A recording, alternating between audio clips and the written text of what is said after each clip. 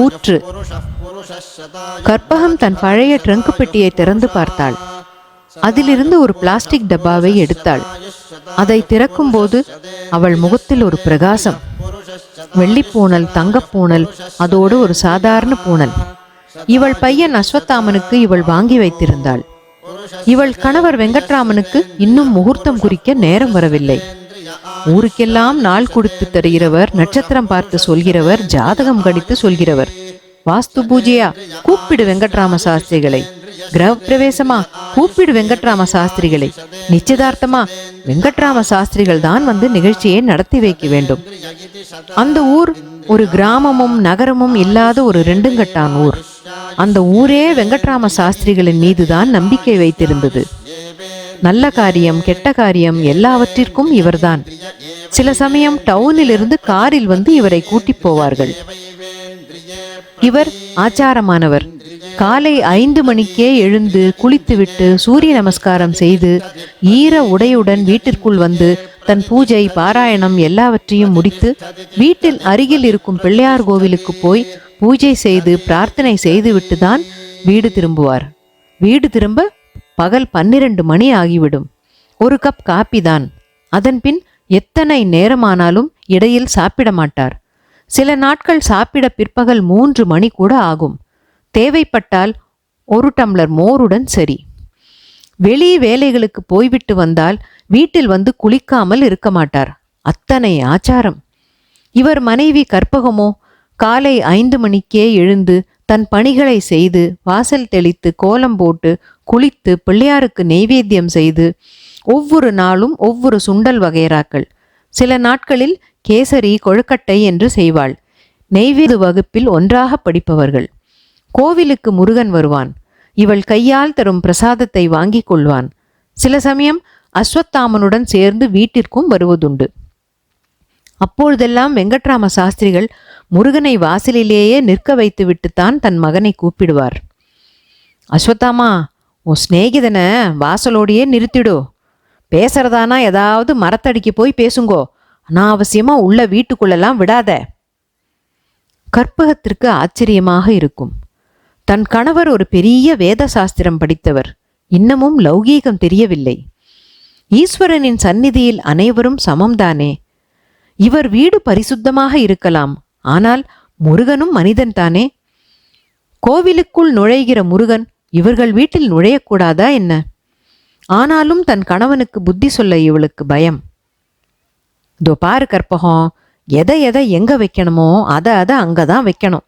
செருப்புக்கு வாசல்ல தான் இடம். கற்பகம் தன் கணவனை ஆச்சரியத்துடன் பார்ப்பாள். எத்தனை படித்தால் என்ன, படித்தது மறந்துதான் போகிறது. செருப்பு பாதுகையாகி அரியணை ஏறியது இவள் கணவனுக்கு மறந்துவிட்டதா?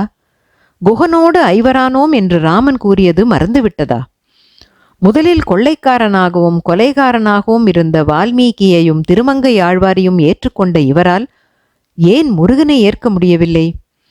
ஒருவரை ஏற்பது என்பது அவர்களின் குறை நிறைகளுடன் தானே, அவர்களின் கடந்த கால வாழ்வுடன் சேர்த்துத்தானே. பக்தி, மோட்சம், நிர்வாணம் என்பதெல்லாம் ஆன்மாவின் மீட்சிக்குத்தானே. இவரின் உடலில் அழுக்குப்படவில்லை, ஆனால் ஆன்மாவிற்குள் அல்லவா அழுக்கு. தினம் தினம் வெளியில் போய்விட்டு வந்து 4 முறை குளிக்கும் இவருக்கு ஞானம் என்று பிறக்கும்? குளித்தால்தான் தெய்வ சாநித்தியம் கிட்டும் என்றால் தண்ணீரில் இருக்கும் மீனுக்கு என்றோ மோட்சம் கிட்டியிருக்க வேண்டுமே. ஆச்சாரத்தின் பெயரால் அதீதமாக அலட்டிக் கொள்கிற தன் கணவனை பார்த்தால் கற்பகத்திற்கு பரிதாபமாக இருக்கும். ஆனாலும் இவளால் தன் கருத்துக்களை சொல்ல முடியாது. இவள் பெண், மனைவி. கணவனுக்கு கட்டுப்பட்டு தன்னை ஒரு கூட்டுக்குள் அடைத்து வாழ பழகி கொண்டவள். இவளுக்கு அடங்கத்தான் தெரியும், அடக்கத் தெரியாது. இவளுக்கு கூனல் விழுந்து சரிந்து கிடக்கத்தான் தெரியும், நிமிர்ந்து பார்த்து நிமிர்த்தி கொள்ள தெரியாது. மனைவி என்கிற ஒப்பற்ற அரியணையில் மகுடம் சூட்டப்பட்ட ராணி இவள். காசியில் ஆதிசங்கருக்கு ஒரு தாழ்ந்த ஜாதிக்காரனாக வந்த அந்த ஈசன் அவரின் அஞ்ஞானத்தை போக்கவில்லையா? அடி முடி தேடி அலைந்த அந்த தெய்வங்களைப் போல் அந்த பரம்பொருளின் முதலையும் முடிவையும் அறிவிக்க யார் வரப்போகிறார்கள்? அன்று கற்பகம் கேட்டாள். என்ன, நம்ம பையன் அஸ்வத்தாமனுக்கு வயசாயிண்டே போறதே, அவனுக்கு ஒரு பூணல் போட வேண்டாமா? ஊருக்கெல்லாம் விசேஷம் பண்ணி வைக்கிறேள், நம்ம பையனுக்கு எப்போ? அன்று என்னவோ உலக அதிசயமாக சாஸ்திரிகள் பேசினார். நான் கூட யோசிச்சேன் கற்பகம், ஒத்தப்பட வயசுல தான் போடணும். இவனுக்கு பூணல் போட்டா ஒழுங்கா காயத்ரி ஜபம் பண்ணுவானா? எனக்கு அப்புறம் இந்த கோவில் காரியங்களெல்லாம் இவன் பார்த்துக்கணும்னு நான் ஆசைப்படுறேன். முதல்ல பூணலை போட்டுட்டா அப்புறம் ஒவ்வொன்றா ஆரம்பிக்கலாம். முதல்ல அவனுக்கு ஆச்சாரம் வரணும், மடி விடுப்பு இதெல்லாம் தெரியணும். கற்பகம் பேசவில்லை. பூணல் போடுகிறேன் என்று சொன்னதே பெரிய விஷயம். இதில் இனி தர்க்கத்துக்கு இடமில்லை. மாசி மாசம் பூணல் போட்டா ரொம்ப விசேஷம். ஆனா அதுக்குள்ள இவனுக்கு ரெட்டப்பட வயசு வந்துடும். அதனால இந்த ஐப்பசிலேயே போட்டுடலாம். சுக்லபட்சம், பஞ்சமி, சித்தயோகம். கற்பகத்திற்கு ரொம்ப மகிழ்ச்சியாக இருந்தது.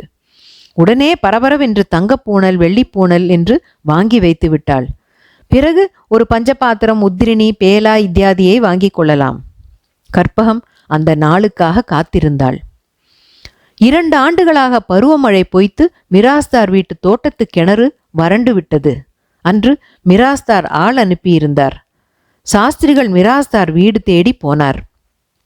சாமி, கிணறு வத்தி போச்சு, தோட்ட கணத்தை தூர்வாரணும், ஊத்து நல்லா இருக்குன்னு சொல்றாங்க, கிணத்தை ஆழப்படுத்தணும், நாள் பார்த்து சொல்லுங்க, எதுக்கும் 2 நாளா பார்த்து சொல்லுங்க, ஒன்னு இல்லாட்டி இன்னொன்னு வச்சுக்கலாம். இவர் பஞ்சாங்கம் பார்த்தார்.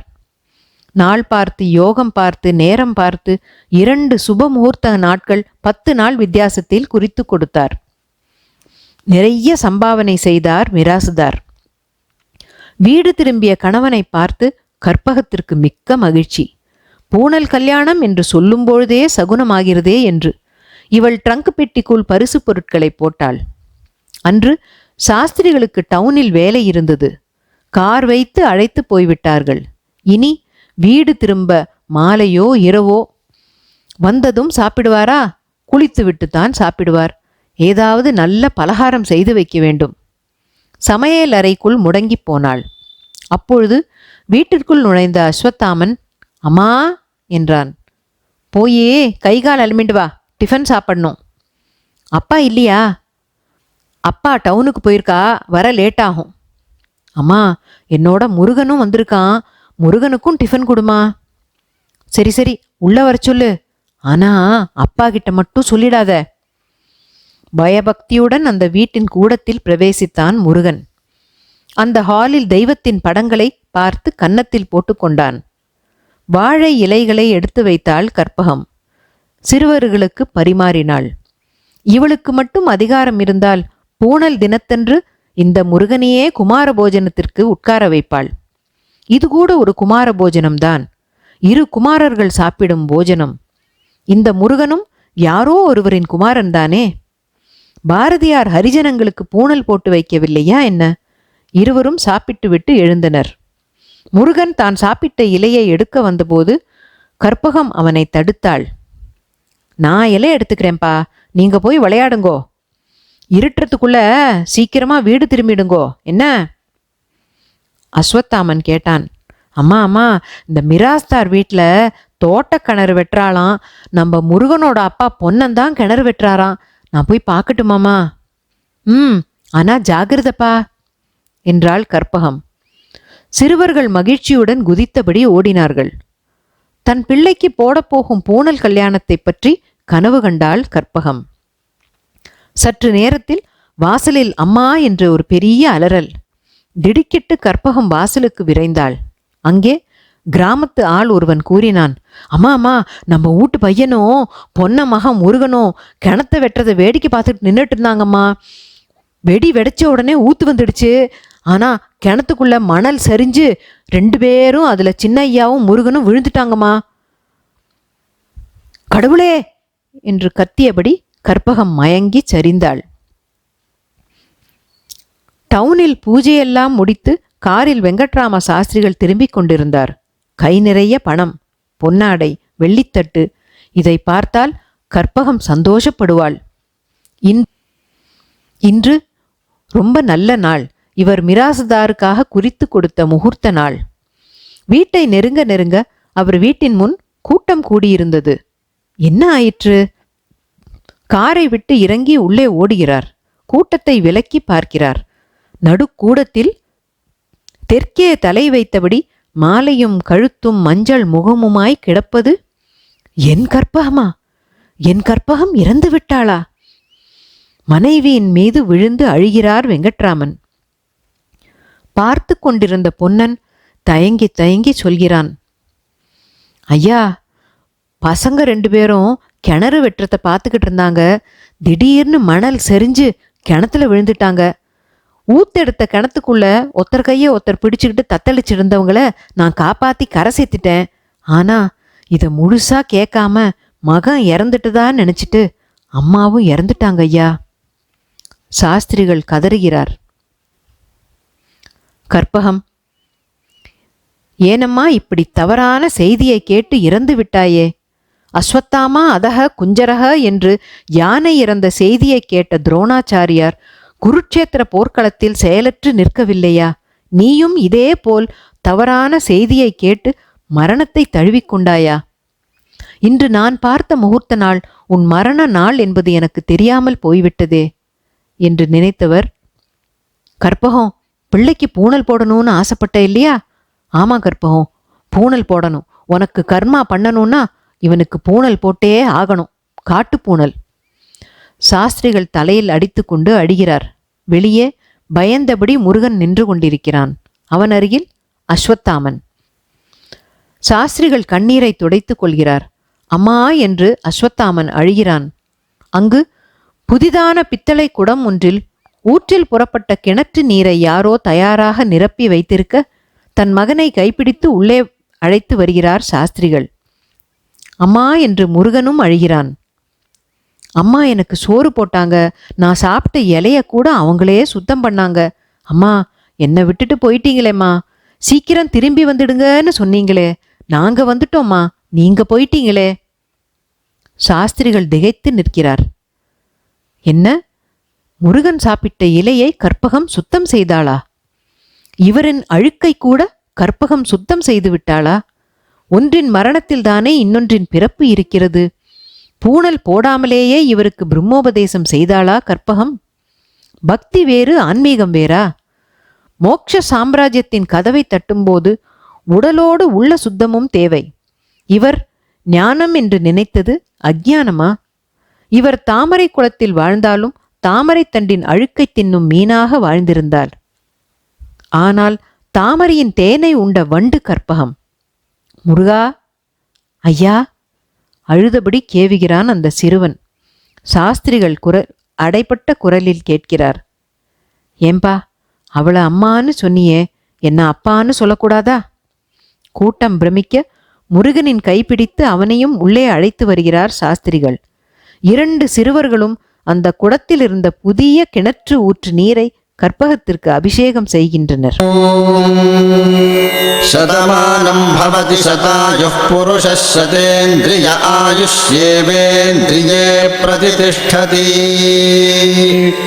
சதமானம் பவதி பவதி சதமானகும் சதமானம் பவதி சதாயுः சதாயுர்பவதி சதமானகும் சதமானம் பவதி சதாயுः சதமானமிதி சதமானம் பவதி சதாயுः சதாயுர்பவதி பவதி சதாயுः புருஷः புருஷः சதாயுர்பவதி பவதி சதாயுः புருஷः சதாயுः புருஷः புருஷः சதாயுः சதாயுः புருஷः சதேந்திரியः சதேந்திரியः புருஷः சதாயுः சதாயுः புருஷः சதேந்திரியः சதாயுரிதி சதாயுः புருஷः சதேந்திரியः சதேந்திரியः புருஷः புருஷः சதேந்திரிய ஆயுஷ்யாயுஷி சதே